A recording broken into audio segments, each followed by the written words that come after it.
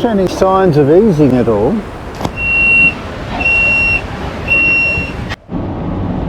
Good morning, it's Friday morning and I'm heading down the river once again, obviously by road this time.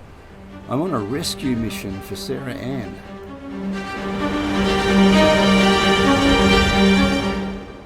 She's getting pounded by a northwesterly against the tide.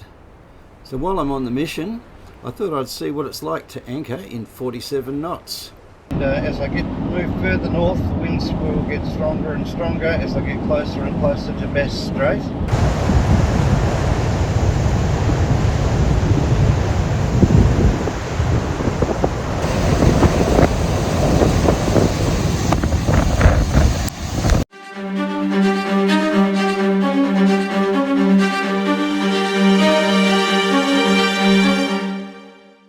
The tide's running out at about 3 knots, and the northwesterly, which is currently 30 knots, is predicted to grow to about 45. I'm concerned that the mooring line might chafe through on the bow roller. That's better. Nice bit of seamanship there, AJ. Good luck at the game. Once the tide turned, Sarah Ann settled down on her mooring. But there's a lot more wind on the way, and pretty soon the tide will turn around and start running out again.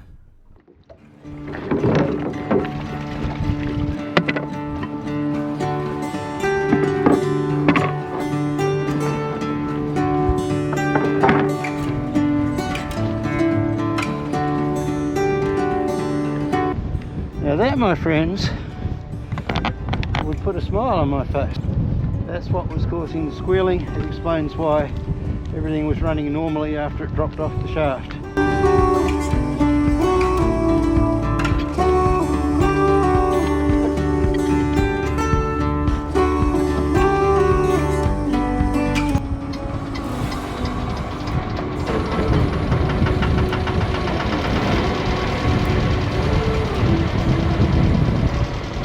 I should check that I've got some diesel, eh? That was a long motor up. I think it'll be alright.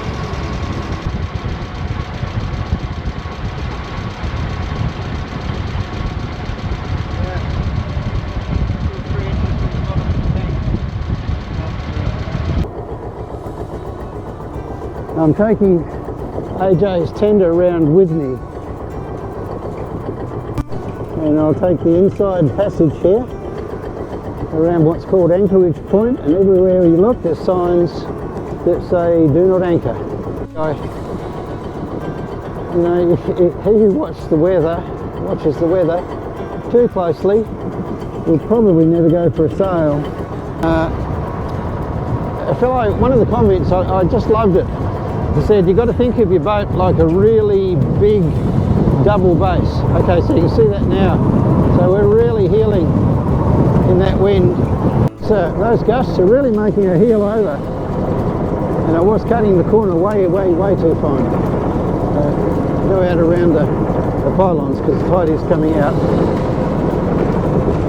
Nearly on 4 knots, so 3.5 knots, just got one more pylon to get around.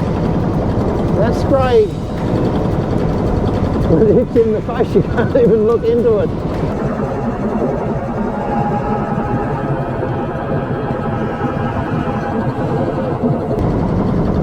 Okay, so there was that horrible noise again.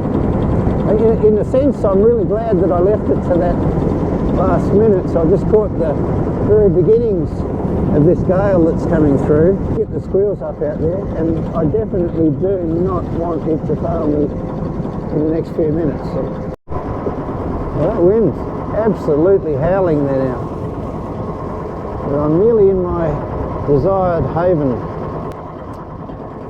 The waves rose up and the wind rose up, and they found themselves in deep distress, and they cried out to the Lord. The Lord heard their cries, and he led them into their desired haven.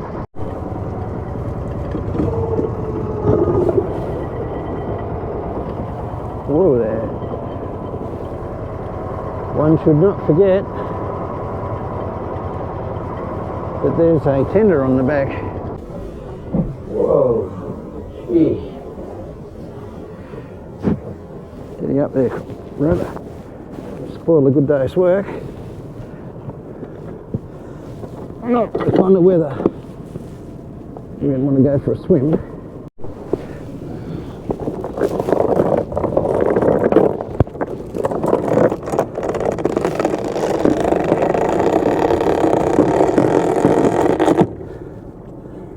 A performance, but finally we're anchored. Sitting here at anchor has given me an opportunity to play around with navionics and the Garmin chart plotter that I have. Just a little corner here which is protected a bit more from the wind. So in addition to the depth alarm, I've also been able to set the anchor alarm. It creates a circle around where you are right at the moment when you set that depth. And I set it at 15 metres, which is not very far, but I'm only probably 45 metres from the shore. But if it goes off up in that top right-hand side, then I've got a drama on my hands. You can see that I've swung right out from where we were in our worst case scenario, over near that shoreline. It will get down to about 0.7 here, according to the charts. And 0.7 is time for panic stations. At about 3 o'clock, what I'll do is relocate the anchor about another 20 metres further out. 20, 30 metres out there, and it's howling. Now those gusts are buffeting fairly strongly. And go off it did. So, that's set at 20 metres. You look on here, you get a bit scared about that. But actually, when you look out here, it's just the wind's swung around a bit westerly, quite close to shore there now. Anyway, I won't be sleeping through this, so I'll sit up and keep a close eye on it. Very classy artisan crackers and a tin of bristling sardines. And I'm going to make a meal of it. You can see the cranberries in there. Yum.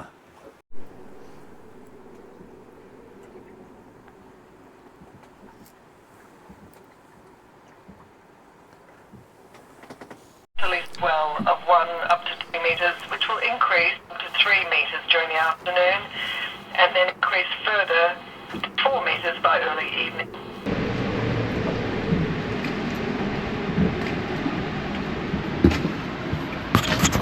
Sunny evening here in Dark Hollow. Not as dark as it sometimes is.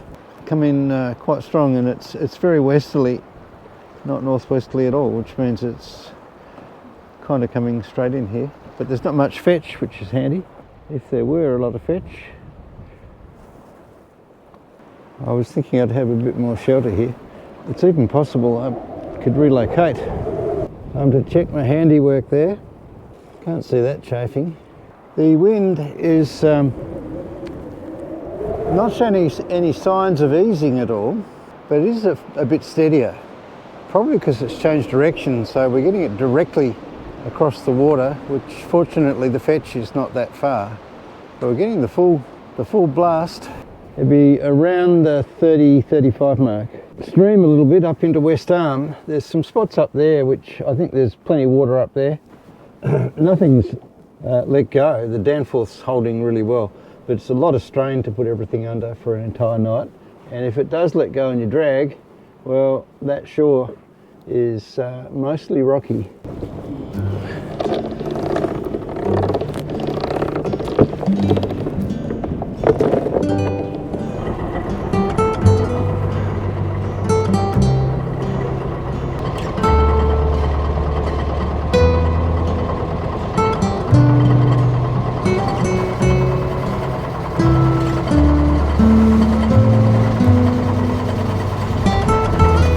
Ski beach. So over there you can see these little white plastic chairs there. So that's where they used to ski off there. Currently it's saying we're in about 3 metres of water. Just got to check the tide charts in a minute, see what's going to happen. But clearly it gets quite shallow in there. But we're in 3 metres here, laying into the breeze there now, and these trees up here are sheltering us from the wind. You can see that there. If I go outside that green circle, the alarm will go off. We draw about 600, so I've got to look at the tide charts and work out what that means when it goes out, because I've been caught out not checking on that once before, and it was a very uncomfortable night. Continue to come from the west until tomorrow afternoon, when it eventually will change to the northwest. And we're seeing our 37, 34, 32, 30 gusts. I always look at the gust map because that gives you really the worst case scenario. Peace has settled over the camp. I want to quote Sam from Sam Wilding Sailing. Just finished doing up a worm. Excellent video channel. You should watch it. He recently said that the thing that he really enjoyed about getting out on the water again after having completed a restoration of his worm, that sailing is all about solving problems. And I can echo those thoughts. Sailing is indeed all about solving problems. We're still well and truly short of By the Point, which is just over here. We seem to have settled in there a lot better, and it's certainly it's very calm, more or less out of the wind. Occasionally you have a bit of a gust tumbles over the top of us, pretty much out of the waves as well. Anchor light up. I don't think there's anyone else stupid enough to be out here today, but you never know, it might be a fishing boat or something goes past at some stage.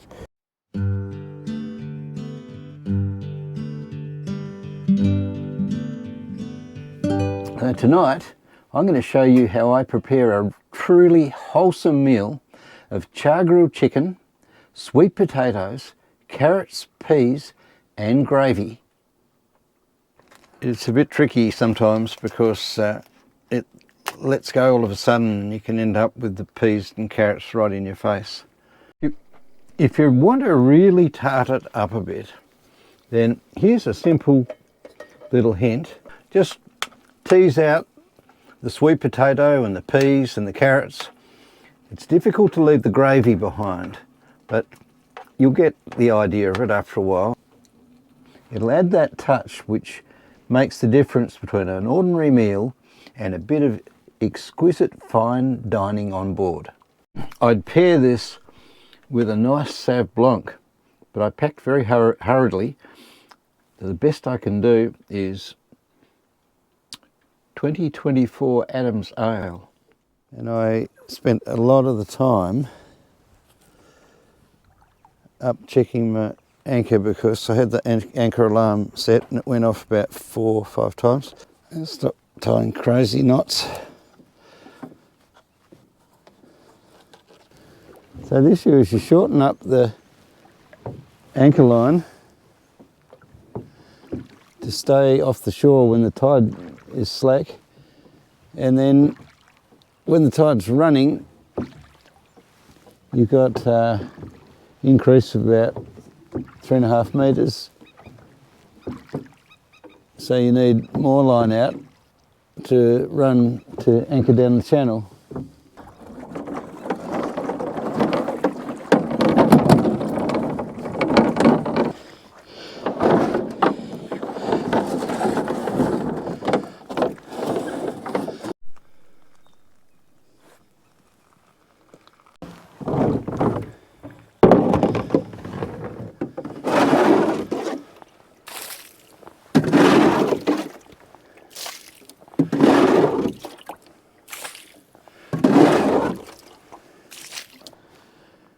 One of the stories it could tell. This is known as the ski beach.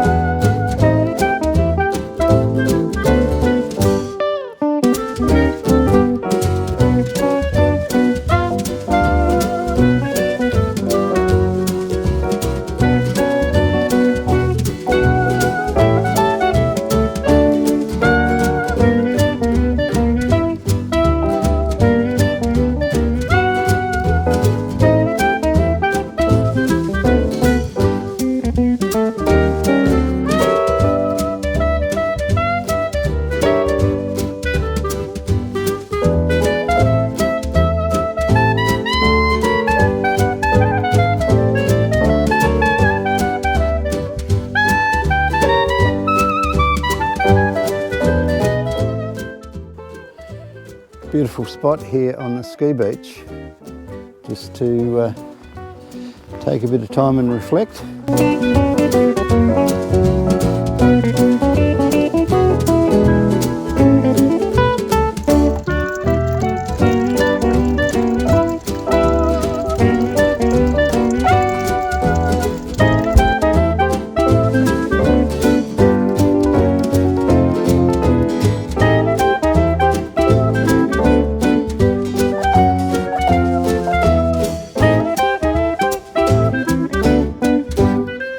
Fun. The breeze is coming in now.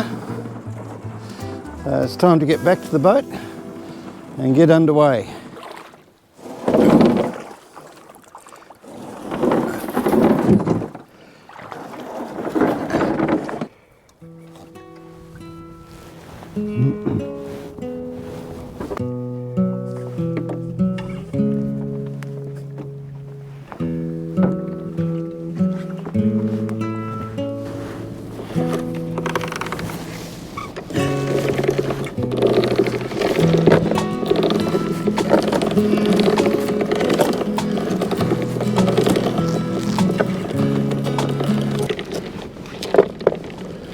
Interesting. It must be a gravelly.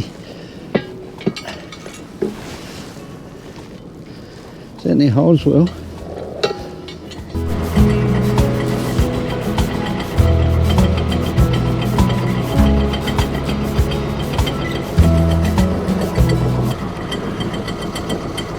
It just means I can let go of the tiller for a few moments when I need to, so it's got that bit of flex built into it. So you can still steer the boat if you go forward by actually standing on either gunnel and leaning the boat will steer it. Okay, so that's maintaining a pretty true course there now. Now if I go up forwards to do something, obviously on a little 18-foot boat it tends to bury the bow a bit, and that increases the effect here. But if I stand here on the port side, then the boat's going to turn to starboard. And likewise, if I stand on the starboard side, she'll steer to port. There's a bit of ship happening over there. Credit to Ship Happens, great channel to watch if you want to make yourself feel better, because you realise that your problems are nowhere near as bad as other people's. Judging by the fact that that one on the port side is actually going astern, I'd say they're not going too far. So Stephen, I think that might be Shag Rock out there.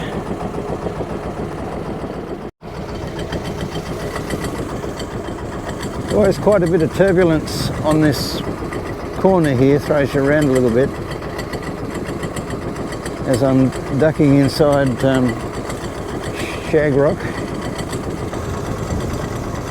We've now got a bit of a headwind, and northwesterly is starting to pick up now, and that's slowed us down. We're doing less than 2 knots. My gaff hook, my trusty gaff hook, aka boat hook,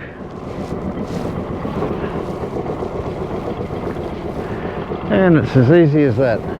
That was a bit tough when I was broadside to it.